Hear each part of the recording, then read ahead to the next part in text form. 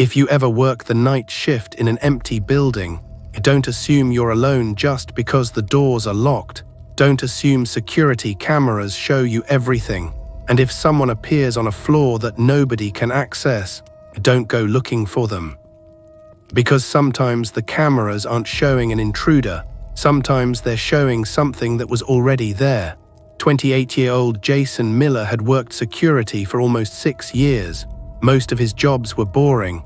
Warehouse patrols, construction sites, office buildings. The biggest threat was usually boredom.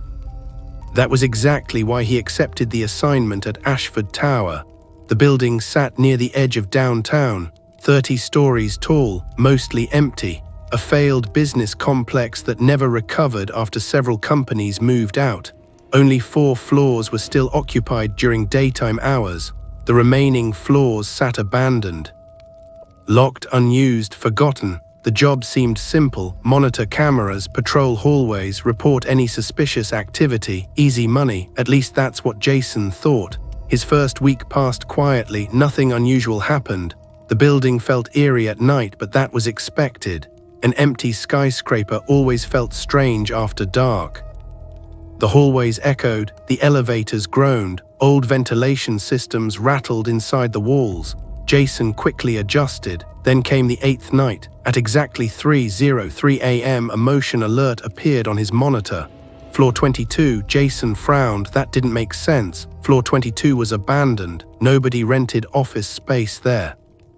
The floor had been locked for years, yet the motion detector was active. He opened the camera feed. A figure stood at the far end of the hallway, motionless, watching the camera. Jason leaned closer. The person appeared unusually tall, dressed entirely in dark clothing, face hidden. The image quality wasn't great. Still, there was clearly someone there. Jason immediately checked the access logs. Nobody had entered floor 22, no keycard activity, no elevator records, nothing. He assumed it was a homeless person. Maybe someone had found a way inside. After several minutes, Jason headed upstairs to investigate. The elevator reached floor 22. The doors opened. The hallway was empty, completely empty. Jason searched every office, every conference room, every storage area. Nothing, no person, no signs of entry, no evidence anyone had ever been there. Confused, Jason returned to the security office. The figure had disappeared from the footage. He reviewed the recording. The person had simply stood there for nearly 4 minutes. Then the video briefly glitched.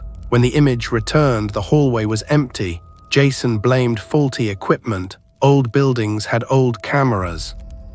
Simple, logical, nothing worth worrying about. The next night it happened again, 3:03 a.m. Motion alert, this time on floor 24. Jason immediately opened the feed, the same figure standing perfectly still, facing the camera. His stomach tightened. Floor 24 was also abandoned. Nobody should have been there. He checked the access logs.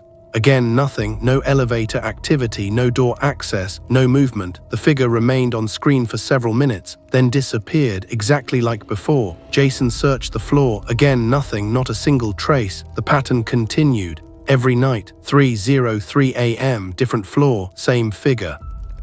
Same posture, same silence. Floor 19, floor 27, floor 21, always abandoned floors, always inaccessible, always impossible. After 2 weeks, Jason stopped telling co-workers. Nobody believed him. The building manager blamed software errors. One technician claimed it was image corruption. Another suggested reflections, yet none of those explanations fit. The figure moved locations every night. The cameras weren't malfunctioning, they were recording something. The question was what? Then Jason noticed something strange. The figure wasn't appearing randomly, it was moving upward, slowly, night by night, 1 floor at a time, toward the top of the building. Jason began tracking every appearance. Floor numbers, times, camera angles, a pattern emerged. The figure seemed to be climbing, heading toward floor 30, the highest floor in Ashford Tower. The top floor had never been leased. Construction stopped before completion. The area remained permanently locked. Nobody used it.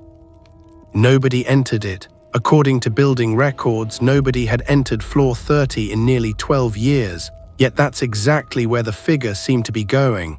On the 23rd night, Jason received another motion alert. Floor 29, his pulse quickened. The figure stood closer than ever before. Something felt different. For the first time, it wasn't facing the camera. It was facing a window looking out over the city. Jason stared at the screen. Then the figure slowly turned its head directly toward the camera. A chill shot through him. The movement looked deliberate, aware, as if it knew someone was watching. Then something happened that made Jason's blood run cold. The figure raised its arm and pointed directly at the camera. The feed instantly cut to static. Jason jumped from his chair. Every monitor connected to floor 29 went black simultaneously. When the video returned 20 seconds later, the figure was gone. Jason barely slept that day. Something was wrong, terribly wrong. The following night arrived. Jason entered work already tense. He spent hours watching the monitors, waiting. 3:03 a.m. approached. The digital clock ticked forward. 3:02:303. Motion alert, floor 30. Jason's heart nearly stopped. The figure had reached the final floor. For several seconds, he simply stared. The screen showed a dark, unfinished hallway. Concrete walls, exposed wiring, construction materials covered in dust. At the far end stood the figure, closer than ever before. And for the first time, Jason could see its face. He immediately wished he couldn't, because staring back at him from the monitor was Jason himself. Jason froze. For a moment, he genuinely believed he was hallucinating. The face on the monitor looked exactly like his. Same hair, same height, same facial features. Even the dark security uniform appeared identical. The figure wasn't similar to him, it was him. Every instinct told him to look away. Instead, he leaned closer to the screen. The image remained unchanged. The figure stood motionless at the end of the unfinished hallway on floor 30, watching the camera, watching him. Then the motion alert suddenly ended. The screen returned to normal. The figure disappeared. Jason immediately checked the access logs. Nothing, no elevator activity, no keycard access, no stairwell alarms. Nobody had entered floor 30, yet somebody had clearly been there, or something. For the next hour, Jason sat in silence. His mind raced through every possible explanation. A prank, a recording, a software malfunction. None of them made sense. At 4:11 a.m., he finally made a decision. He was going upstairs, not tomorrow, not next week. Now, if somebody was hiding on floor 30, he was going to find them. Jason grabbed his flashlight and radio, then entered the elevator. As the doors closed, a feeling of dread settled in his stomach. The elevator slowly climbed. Floor 18, floor 22, floor 27, finally, floor 30, the doors opened. Darkness greeted him. The unfinished floor looked exactly like the camera feed. Concrete, dust, exposed steel beams, long empty hallways. Jason stepped out cautiously. His flashlight beam cut through the darkness. Nothing moved. The floor appeared completely empty. He began searching room by room. The deeper he went, the quieter everything became. Even the sounds of the city seemed distant, almost non-existent. After 20 minutes of searching, Jason found nothing, no person, no evidence, no explanation. Then his radio crackled. A burst of static erupted from the speaker. Jason stopped walking. The static continued. Then a voice emerged, his own voice. "Turn around." Every hair on his body stood up. Jason slowly turned. The hallway behind him was empty. The radio fell silent. His breathing became shallow. He quickly backed toward the elevator. The feeling of being watched had become overwhelming. Then he noticed something. At the far end of the corridor, a doorway. Unlike everything else on the floor, it was closed. Jason didn't remember seeing it before. The door looked old. Far older than the rest of the building, almost as if it belonged somewhere else entirely. A faded metal plaque hung beside it. Most of the letters were unreadable. Only a few remained visible. Archive room. Jason frowned. According to building blueprints, no archive room existed on floor 30. Yet there it was. His instincts screamed at him to leave. Instead, curiosity won. He approached the door. The closer he got, the colder the air became. Finally, he reached the handle. The metal felt ice cold. He pushed the door open. Inside sat a small room illuminated by a single overhead light. Dust covered everything. Metal filing cabinets lined the walls. Stacks of old documents sat on shelves. At the center of the room stood a desk, and on the desk sat a security monitor. The screen was on. Jason felt his stomach drop. The monitor displayed a live camera feed, not from the building, from the security office downstairs, his security office. The image showed his empty chair, the coffee cup he had left behind, the paperwork on his desk. Someone had been watching him. For how long he didn't know. Then he noticed something beside the monitor. A file labeled with his name, Jason Miller. His hands trembled as he opened it. Inside were photographs, hundreds of photographs. Some were recent, others were years old. Photos from high school, photos from previous jobs. Photos taken inside apartments he had lived in, places nobody should have had access to. It was as if someone had been documenting his entire life, page after page, year after year. Then he reached the final photograph. His blood ran cold. The image showed him standing inside floor 30. Taken only moments earlier, Jason stared at it in disbelief. The photograph had been captured from behind him. Someone had been standing in the room, watching him seconds ago. He spun around, nobody. The room remained empty. Then a loud metallic bang echoed somewhere outside. The sound came from the hallway. Jason rushed toward the doorway. The corridor beyond was dark, silent, empty except for one thing. A figure stood at the far end, the same figure from the cameras, the same face, his face. This time it wasn't standing still. It was walking toward him, slowly, one step at a time. Jason backed away. The figure continued forward. Its expression never changed. No anger, no emotion, nothing, just an empty stare. Jason turned and ran. The hallway seemed longer now, far longer than before. His footsteps echoed through the darkness. Behind him, another set of footsteps matched his pace. Not faster, not slower, exactly the same.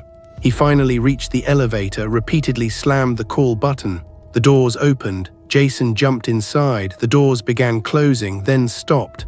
A hand blocked them. Jason looked up. The figure stood outside. Only a few feet away. For the first time it spoke. Its voice sounded exactly like his. "You were never supposed to see this floor." Jason pressed the emergency close button repeatedly. The doors finally shut. The elevator descended. Floor 29, floor 28, floor 27. Jason collapsed against the wall. His heart pounded violently. When the elevator reached the lobby, he sprinted directly to the security office. The room was empty. Everything appeared normal, almost. His chair faced the wrong direction, and sitting on his desk was a photograph, one he had never seen before. The image showed Ashford Tower during its construction nearly 12 years earlier. Workers stood near the unfinished top floor. Most looked ordinary. One didn't. Standing among them was Jason. Older photographs later confirmed the impossible. The same face appeared in dozens of construction images, years before Jason ever worked there. Years before he even knew the building existed. He quit the following morning. Immediately, never returned. Months later, curiosity got the better of him. He contacted a former employee who had worked security at Ashford Tower years earlier. The man refused to discuss details. But before ending the call, he quietly said something Jason never forgot. "You're not the first one." Jason felt cold. "What do you mean?" A long silence followed. Then came the answer. "Every few years somebody sees him." "Who?" "The person on floor 30. Jason's throat tightened. The former guard continued. "And every single one of them says the same thing." "What?" Another pause, then the line went silent. Seconds later, a text message arrived. Only 4 words. "He looks like them." The number disconnected immediately afterward. No matter how hard Jason searched, he never learned what happened on floor 30. Ashford Tower still stands today, mostly empty, mostly forgotten. Security guards still work night shifts there, and according to rumors shared quietly among employees. The cameras on the abandoned floors still activate at exactly 3:03 a.m. Sometimes the figure appears in a hallway, sometimes inside an empty office, sometimes standing near a window, but the reports always end the same way. Eventually, someone recognizes the face, and when they do, they never stay at Ashford Tower for long. If you are brave enough to hear more nightmares, subscribe to Tales of the Dark, and if you have your own terrifying experience, leave it in the comments or send your story by email. Maybe your nightmare will become the next story told here.